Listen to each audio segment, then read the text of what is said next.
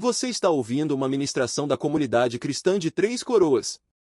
Que essa mensagem possa edificar sua vida.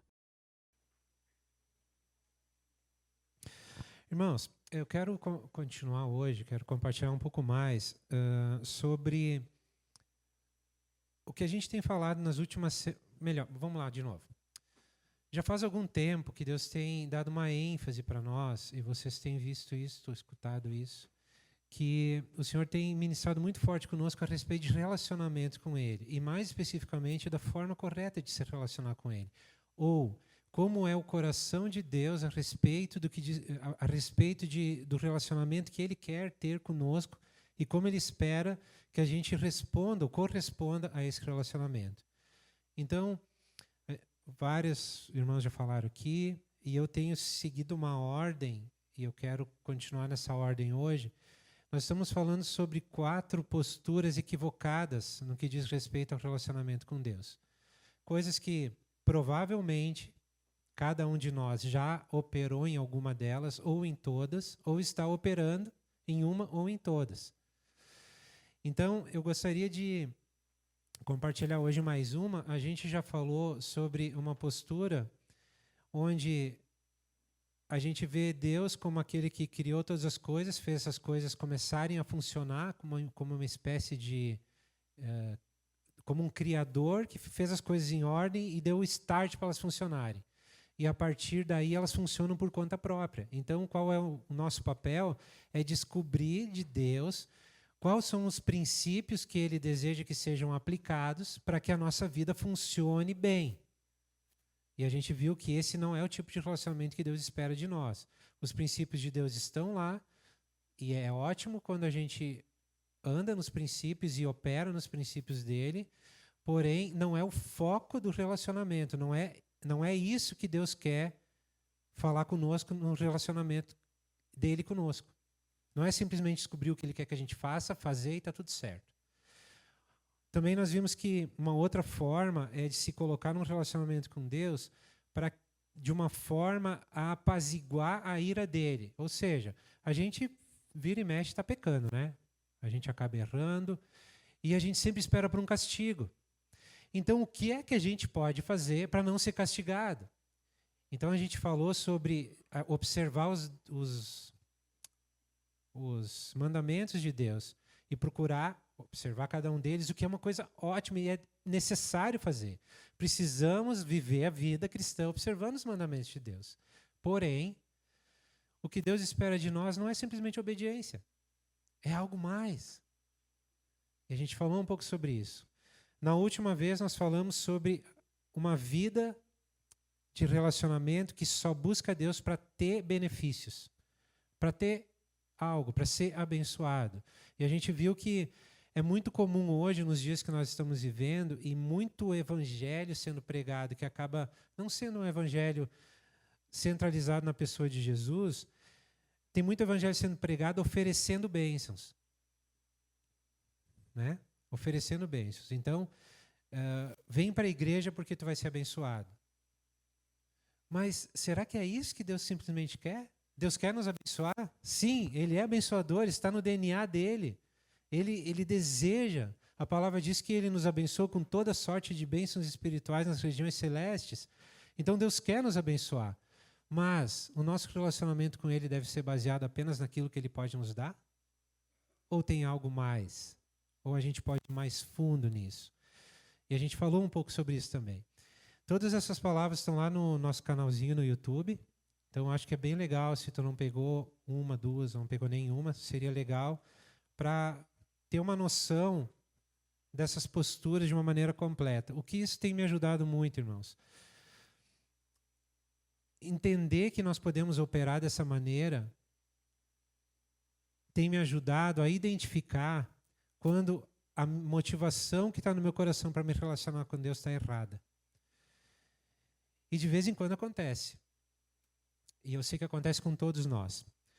Então eu quero hoje falar um pouquinho sobre uma outra postura, e essa é bem assim, reconhecida, almejada, reconhecida, festejada, que é a vida que a gente vive para Deus. fazer coisas para Deus, operar fazendo coisas para Deus. Então, essa vida é muito festejada, como eu disse, porque a própria palavra ela nos traz muitos versículos que trazem fundamento para a gente falar sobre isso, né? Tu precisa fazer coisas para Deus. A gente precisa estar envolvido na obra de Deus. A gente precisa fazer missão. A gente precisa discipular. A gente precisa treinar líderes. A gente, enfim, precisa servir o reino de Deus, né? Porém, não tem nada de errado nisso. E nós precisamos nos engajar mesmo nisso. O que nós mais desejamos, né? Um líder, o que ele mais deseja é conseguir levantar um outro líder para cooperar. Pessoas, a igreja se envolvendo no reino de Deus e fazendo coisas que tragam o reino de Deus a existência, expressões do reino de Deus à existência hoje aqui.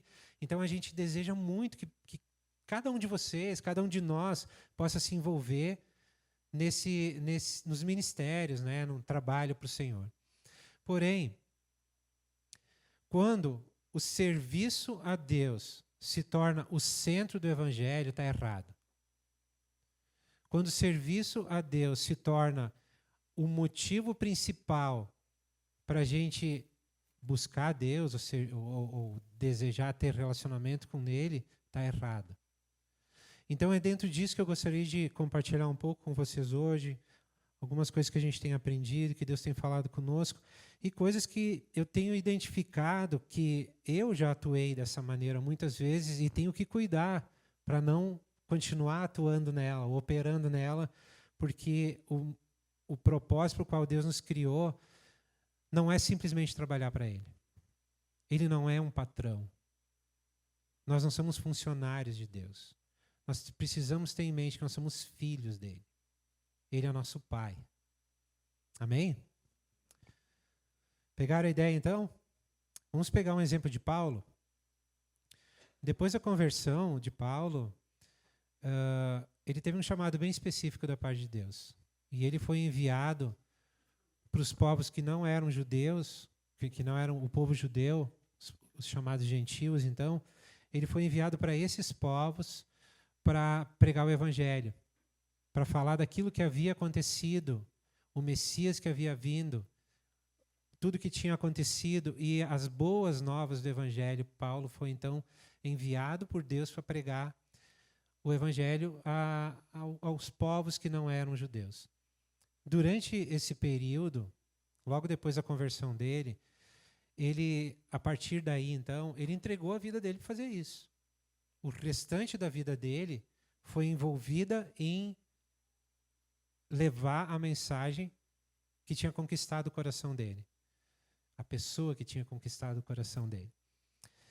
E a gente vê que Paulo, ele evangelizou, ele discipulou, ele plantou igrejas, ele levantou líderes, preparou esses líderes para ficarem no lugar dele.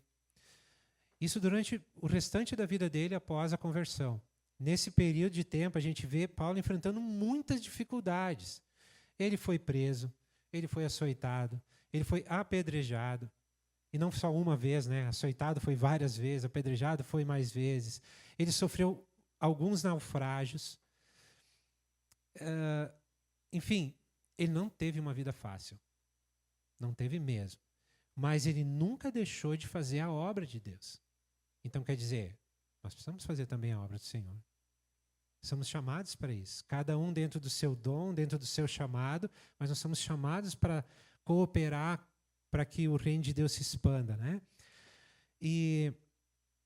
Mas eu já vou mostrar para vocês onde está o problema disso tudo, tá? Ou pode estar o problema quando a gente opera de uma forma equivocada. E Paulo ele chega a dizer em 1 Coríntios 9, 22 e 23, ele diz o seguinte: para com os fracos, tornei-me fraco, para ganhar os fracos. Tornei-me tudo para com todos, para de alguma forma salvar alguns. Faço tudo isso por causa do Evangelho, para ser coparticipante dele. Então, é muito claro que a missão de Paulo, e não só a dele, a de os outros apóstolos, A missão deles foi levar o evangelho, foi cooperar com aquilo que Deus estava fazendo, foi trabalhar para o Senhor.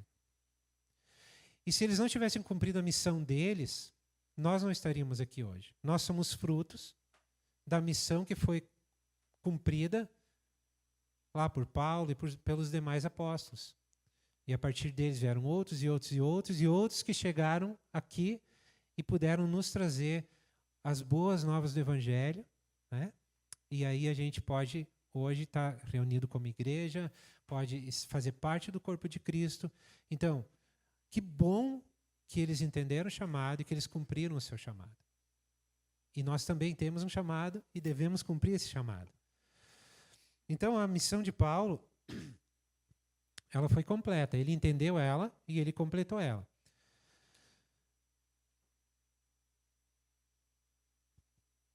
Qual é que é o problema, então, no meio disso? Se é uma coisa boa e nós devemos fazer, qual é o problema? Qual pode ser o problema? O problema é quando nós colocamos a missão no centro do Evangelho. Tiramos Jesus e ficamos só com aquilo que devemos fazer para Ele, trabalhar para Ele. Nos tornamos funcionários dEle. E gastamos a nossa vida nisso, porém, muitas vezes pode ser que Jesus não esteja nem sequer presente naquilo que a gente está fazendo. E aí se torna um grande problema. Irmãos, eu não quero ser mal entendido aqui, por favor, tá? O que a gente mais deseja é que mais irmãos se levantem para cooperar com aquilo que o Senhor está fazendo. Certo? É o que a gente mais deseja. Porém, o que nós desejamos mais do que isso ainda é que cada um de nós tenha um relacionamento profundo com Jesus e se torne como Ele é. Então, o que nós precisamos tomar cuidado é para que a nossa missão não tome o lugar de Deus na nossa vida. O lugar do Senhor é exclusivo e é dele. A missão é para Ele, foi dada por Ele e ela precisa ser feita, e ela é tremenda e é muito importante que a gente cumpra cada um de nós a nossa missão, porém, o lugar de Deus não pode ser substituído pela nossa missão ou por aquilo que nós temos entendido que devemos fazer para Deus. Quando a gente analisa as cartas de Paulo, por exemplo, tem uma mensagem muito clara dentro delas. E a mensagem mais clara não é aquilo que tu deve fazer para Deus, mas é o como tu deve te relacionar com Ele. A profundidade de relacionamento que tu deve ter com Ele. Por exemplo, abre aí, quem tem Bíblia pode abrir, vamos colocar aqui na tela também. Filipenses 3, 8 e 9.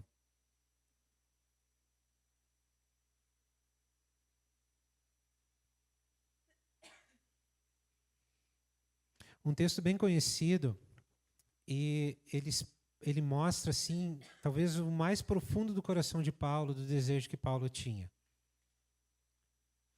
Mais do que isso, considero tudo como perda, comparado com a suprema grandeza do conhecimento de Cristo Jesus, meu Senhor, por cuja causa perdi todas as coisas.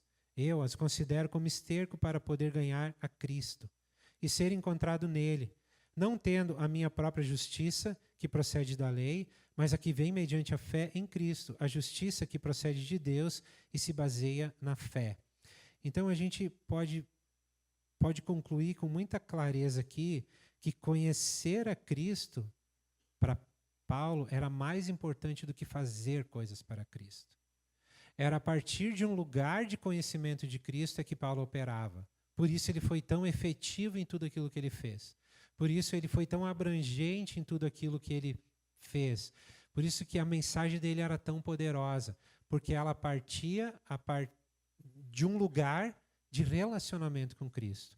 Paulo, ele abre mão de todas as coisas. O texto aqui, no Filipenses 3 anterior, a gente vê Paulo colocando uma lista de quem, trazendo um relato de quem ele era dentro da sociedade na ocasião. Ele era um cara importante. Ele tinha uma ótima formação, ele tinha tudo que talvez muitos olhavam e almejavam um dia ter. E aí, depois que ele converte, ele considera tudo isso como refúgio, ele considera tudo isso como perda, porque ele encontrou algo muito mais valioso. E o algo muito mais valioso que Paulo encontrou não foi uma mudança de missão. Vocês lembram que Paulo tinha uma missão? Saulo tinha uma missão antes de se converter? Qual era a missão dele? Lembram? Perseguir a igreja era a missão de Paulo, de Saulo na ocasião. Quando ele converte, ele poderia ter simplesmente mudado a missão. Antes ele perseguia, agora então ele vai ajudar a edificar a igreja. Foi o que de fato ele fez. Porém, isso não era o foco principal dele. O foco principal de Paulo foi buscar conhecer Jesus. À medida que ele conheceu a Cristo, à medida que mais profundamente ele ia conhecendo a Cristo, talvez a missão dele ia se expandindo gradativamente mais também. Mas a partir de um lugar de conhecimento de Cristo.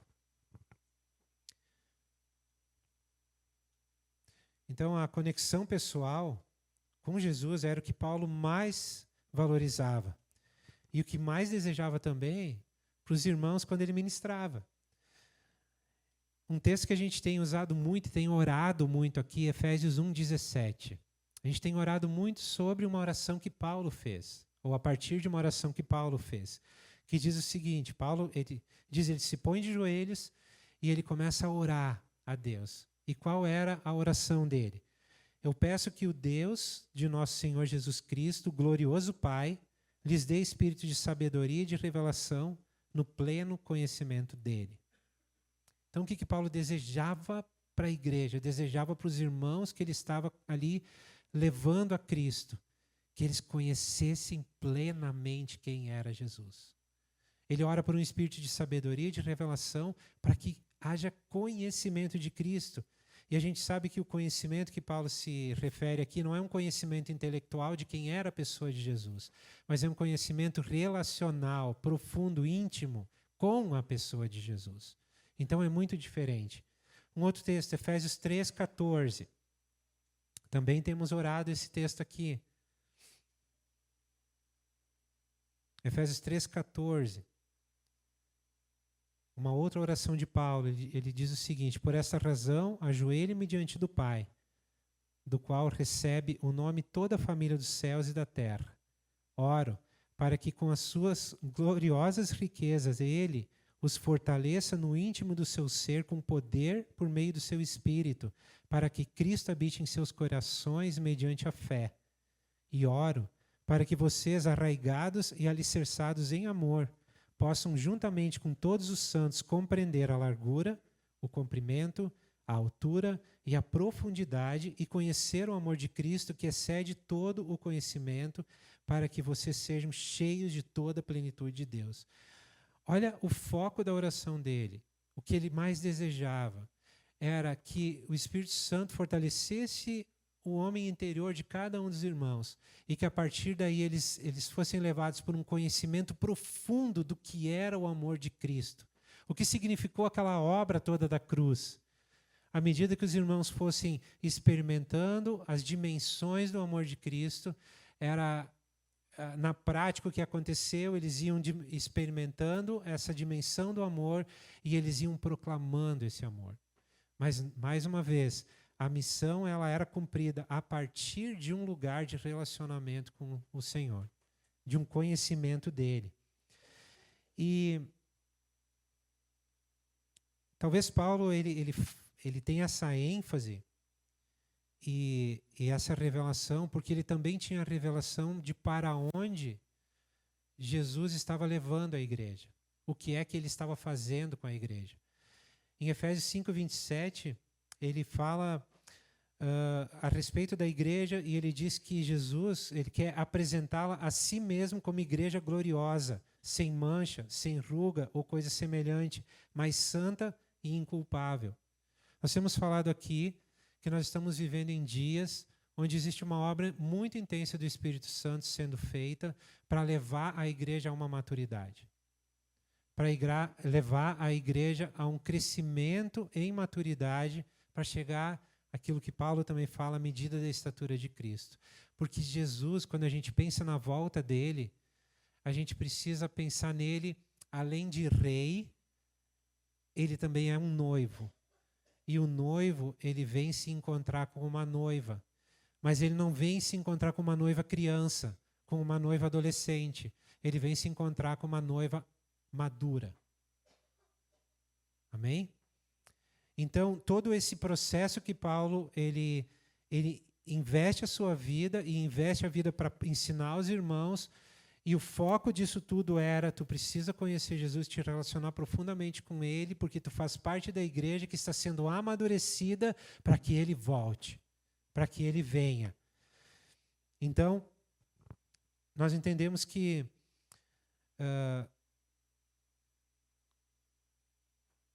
Paulo, ele salientava, ele cumpriu a missão dele salientando o que era mais importante, que era o relacionamento com o Senhor.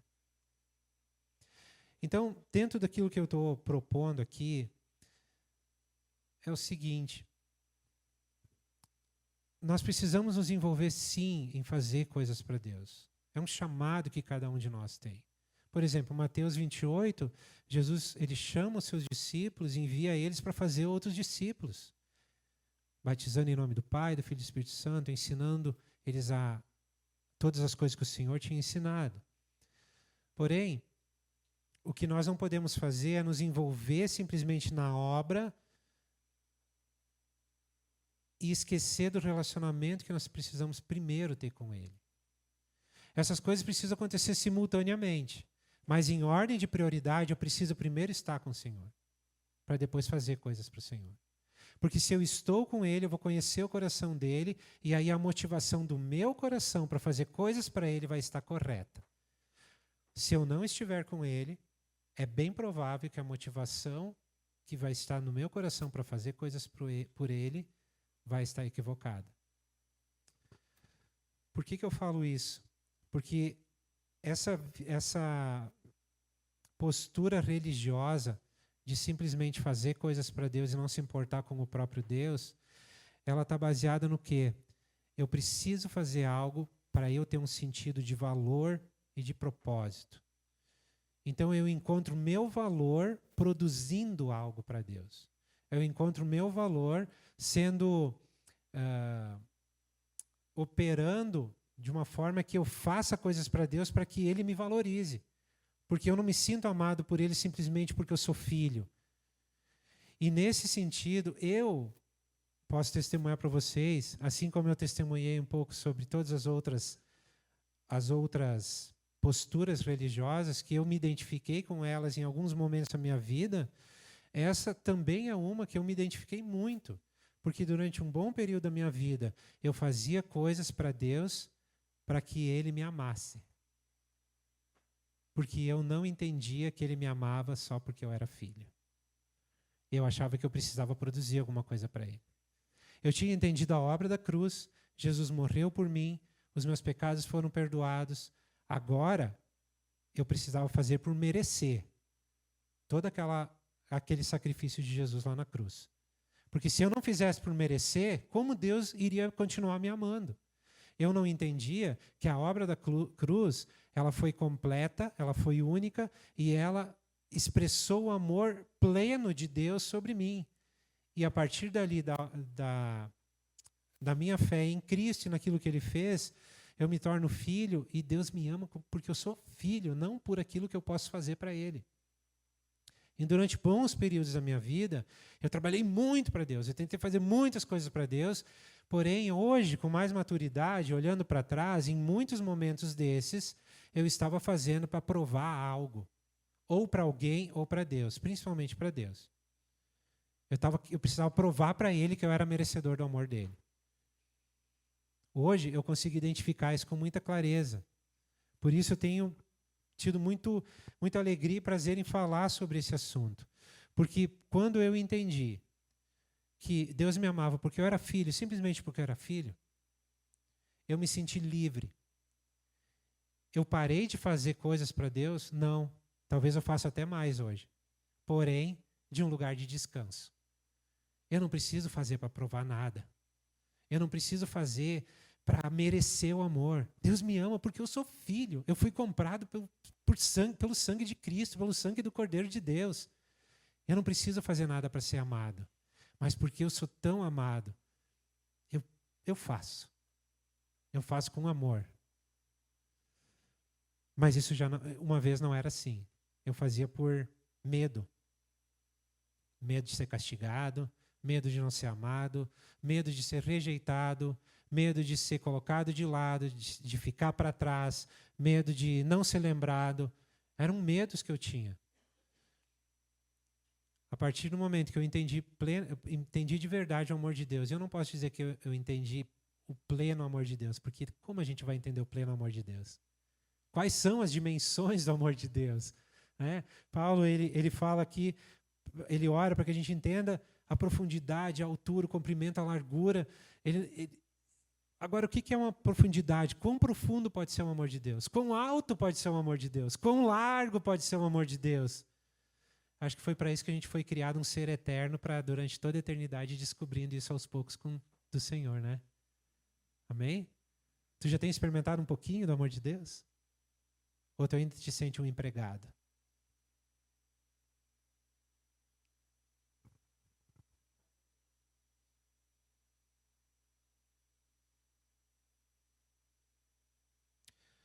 Irmãos, nosso valor ele não está vinculado àquilo que nós somos capazes de produzir, ou nos objetivos que a gente traça e alcança.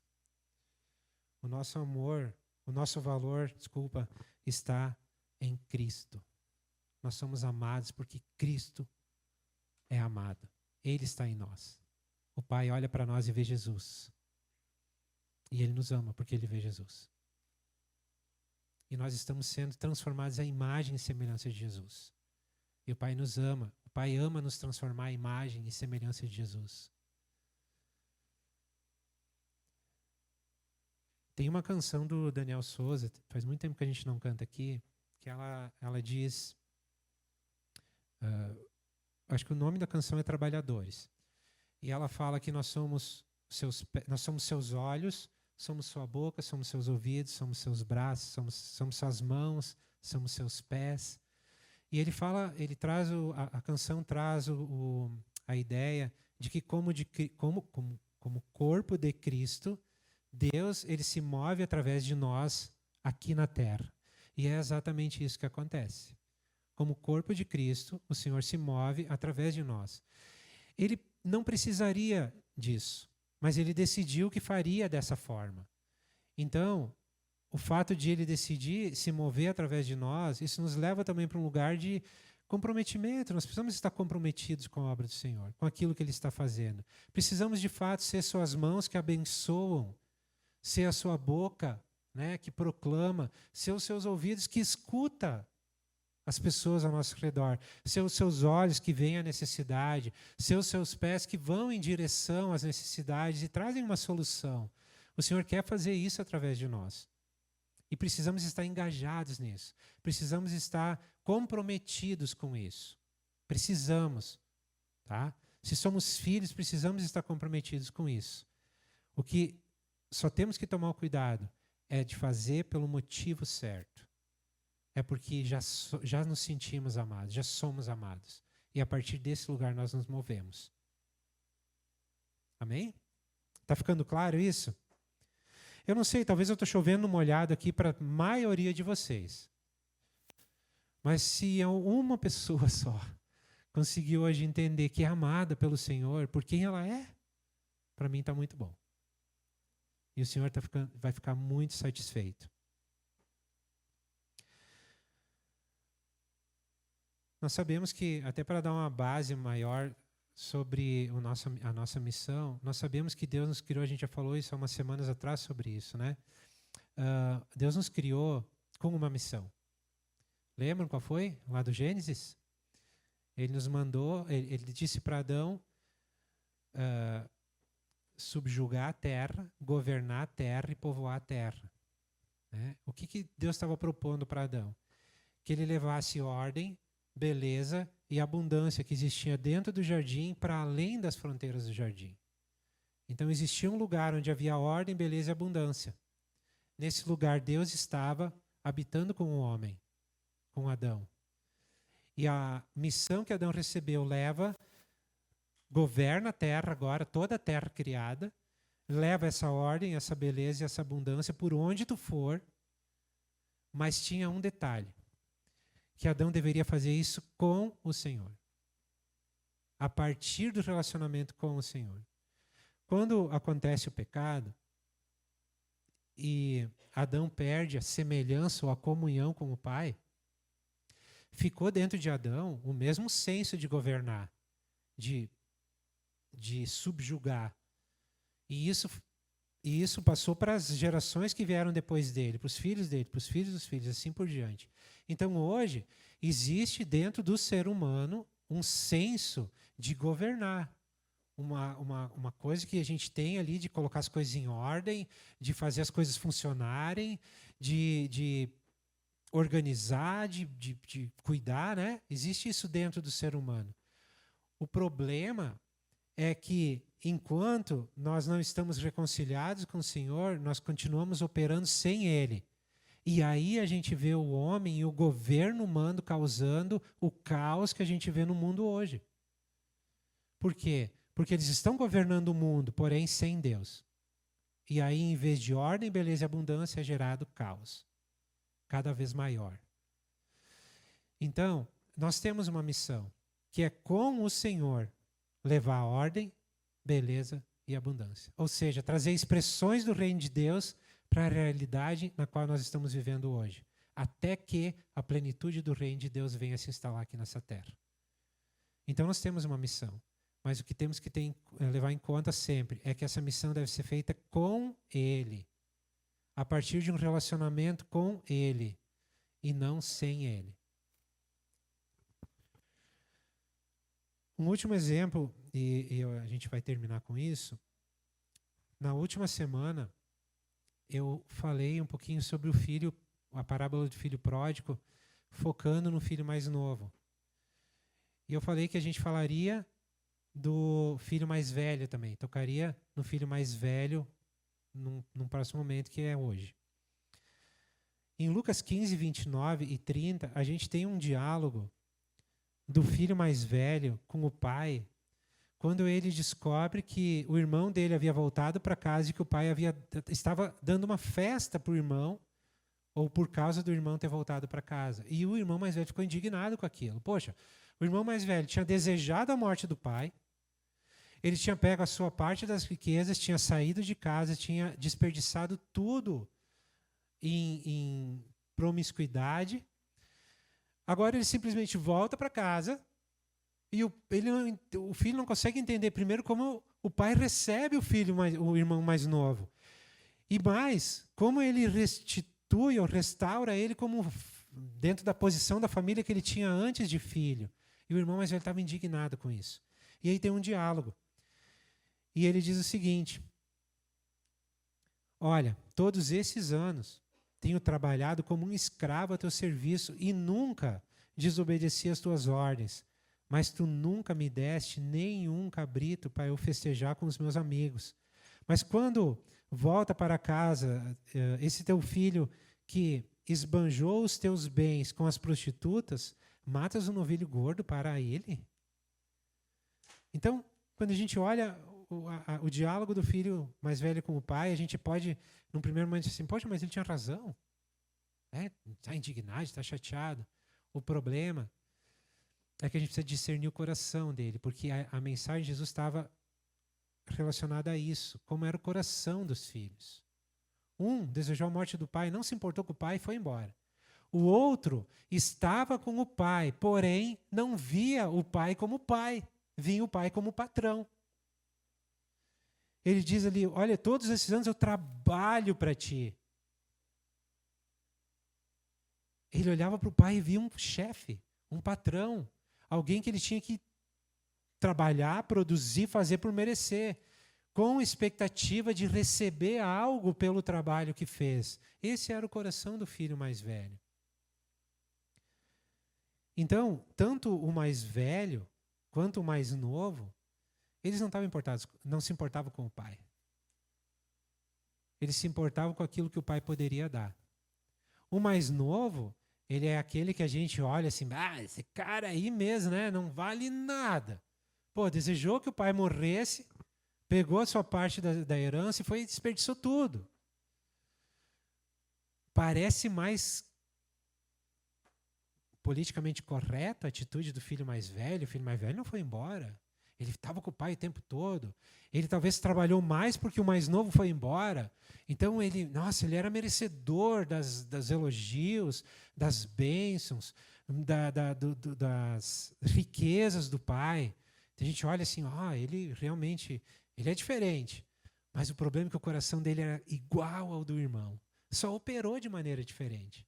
O irmão mais novo operou naquilo que a gente chamou de postura vida de Deus. Ele queria o que Deus tinha para dar. O irmão mais velho operou no que a gente está falando da postura de vida para Deus. Ele esperava que fizesse coisas para Deus para também ganhar.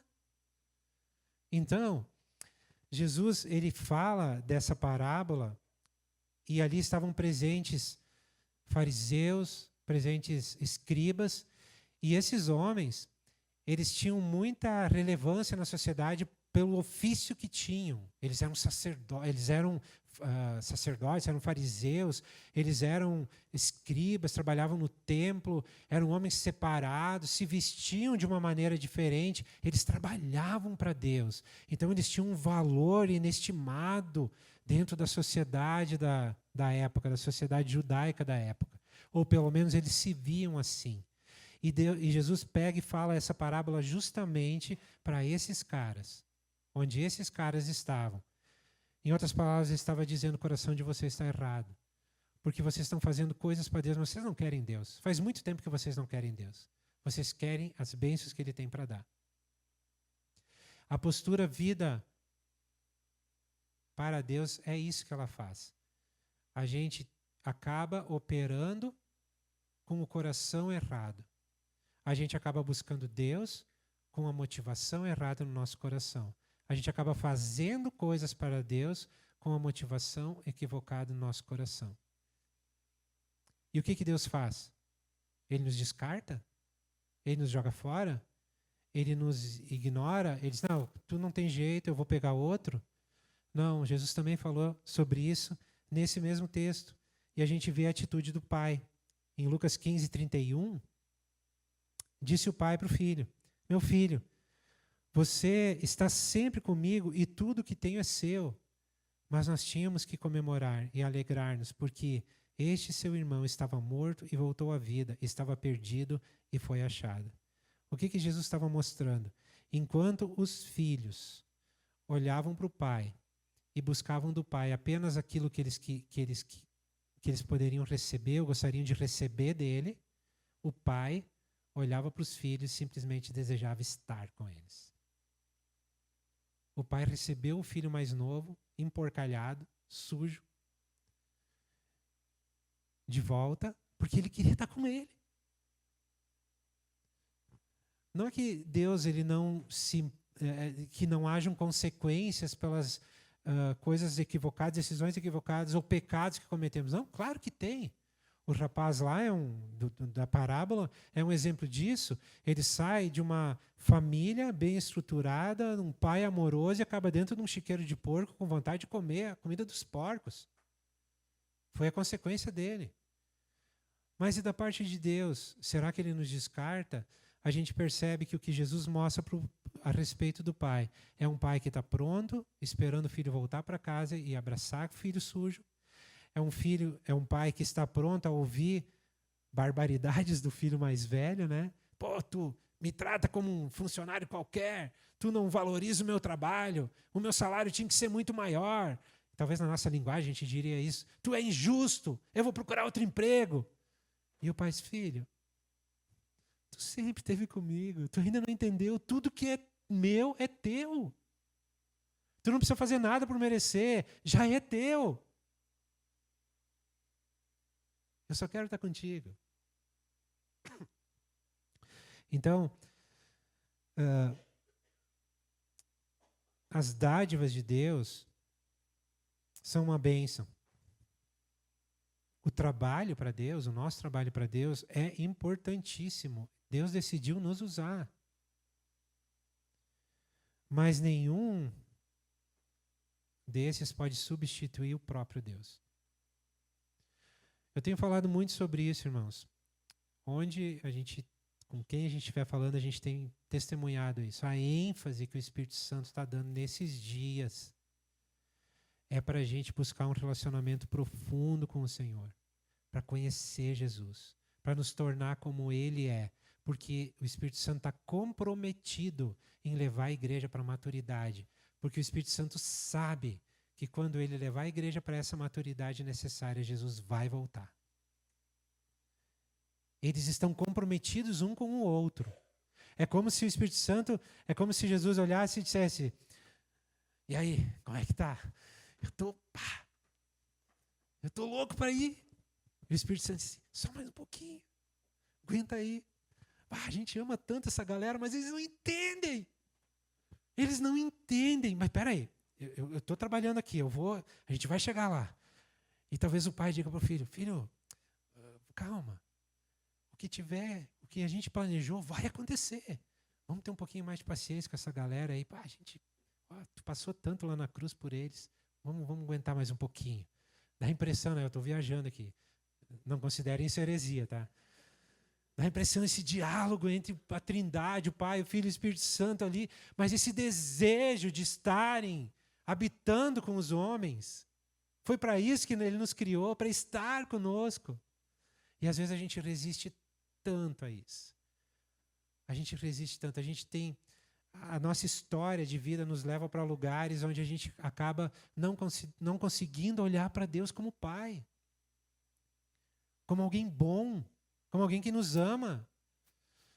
Mas o Espírito Santo está fazendo um trabalho e Ele está nos levando para esse lugar de compreensão disso e de podermos operar, trabalhar, viver, usufruir. Não sei que mais palavras a gente pode dizer, receber as próprias bênçãos de Deus, mas não porque com o coração errado, mas porque nós simplesmente estamos nos relacionando com Ele. Desejamos estar com Ele. Queremos estar com Ele. Pagamos até o preço para estar com Ele. Aquilo que Paulo fala em Romanos 12, nós prestamos nosso culto como um sacrifício vivo, santo e agradável a Deus. E não é só esse culto aqui, né, gente? É a nossa vida sendo oferecida como culto diariamente para o Senhor, em relacionamento profundo com Ele. Um relacionamento que nos leva cada vez mais, nos torna cada vez mais semelhantes a Jesus. É isso. É sobre isso que Paulo pregava, era isso que Paulo vivia. Então, a nossa vida deve ser, a gente ainda tem aqui do retiro, né? A nossa vida deve ser com Deus. Não sobre Deus, não sob Deus, não de Deus e nem para Deus. Mas a nossa vida deve ser com Deus. É para isso que nós somos chamados. Para viver com Ele. Nos relacionar com Ele. Estar com Ele. Fazer as coisas com Ele. Fazer missão. Nos engajar na obra do Reino de Deus com Ele. Amém? Está claro isso? Amém. Irmãos, eu acho que uma coisa que precisa bater muito forte no nosso coração também, é que o que o Senhor mais deseja de nós não é aquilo que nós podemos produzir. O que Ele mais deseja de nós é quem nós somos. Nós somos seus filhos. E a partir desse lugar nós podemos também produzir depois. Amém? E devemos produzir depois. João 15 fala sobre uma outra parábola da videira, onde os ramos estão ligados na videira e por estarem ligados na videira estão produzindo. Mas porque estão ligados na videira. Relacionamento com Deus dá fruto. Amém? Vamos orar? Vou te dar 2 minutinhos.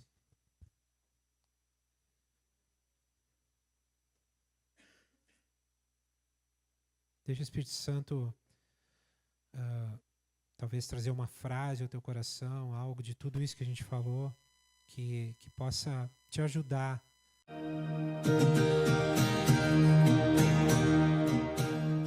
Você acaba de ouvir uma de nossas ministrações.